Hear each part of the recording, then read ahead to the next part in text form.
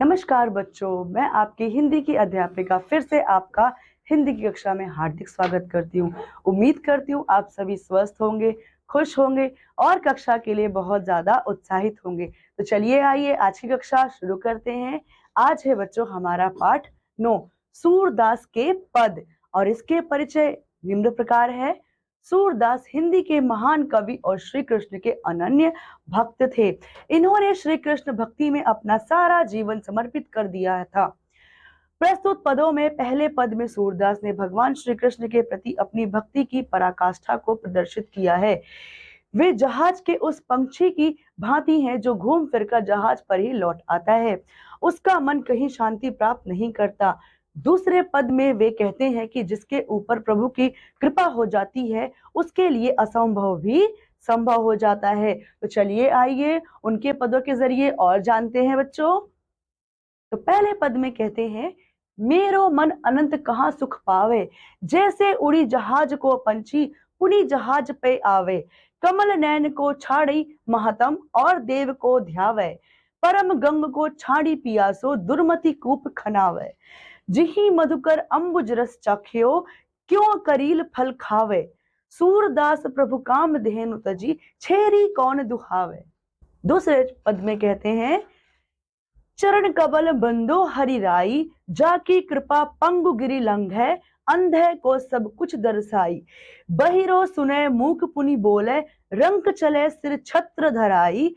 सूरदास स्वामी करुणा में, बार बार बंदो तिहि पाई।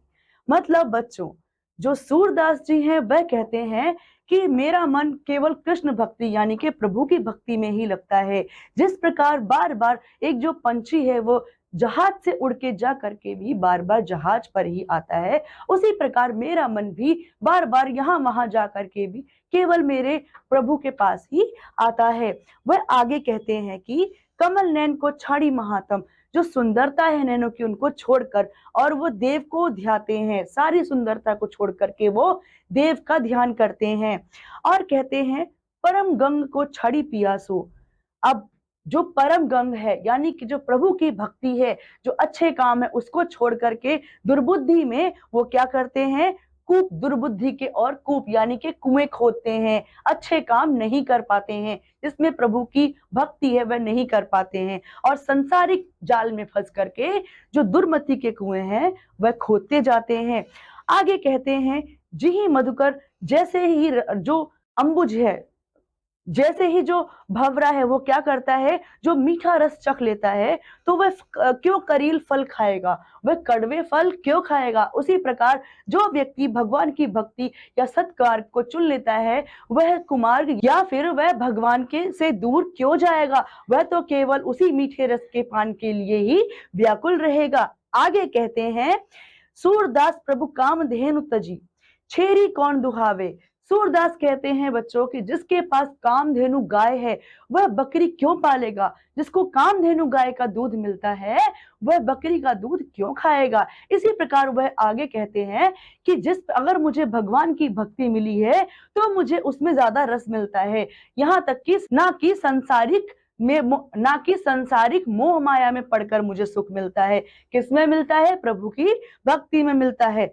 क्यों मिलता है, क्योंकि चरण कमल बंदो हरि राई, जो भी हरि के चरण कमलों में गिर जाता है, उनकी शरण में जाता है, उनके साथ जिनकी कृपा से जो लंगड़े हैं वो चलने लगते हैं और अंधे को सब कुछ दिखने लगता है, उनकी रोशनी आ जाती है और जो बहरे हैं उनको सब सुनाई भी देने लगता है, गूंगा फिर से बोलने लगता है और रंग चलता है सिर पर छत्र लेकर के, यानी कि उसकी गरीबी भी दूर हो जाती है।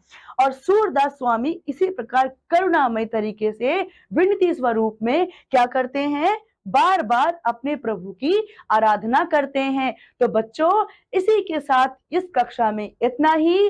अब मैं आपसे अगली कक्षा में मिलती हूँ, तब तक के लिए पढ़ते रहिए और आपका ध्यान रखिए। धन्यवाद।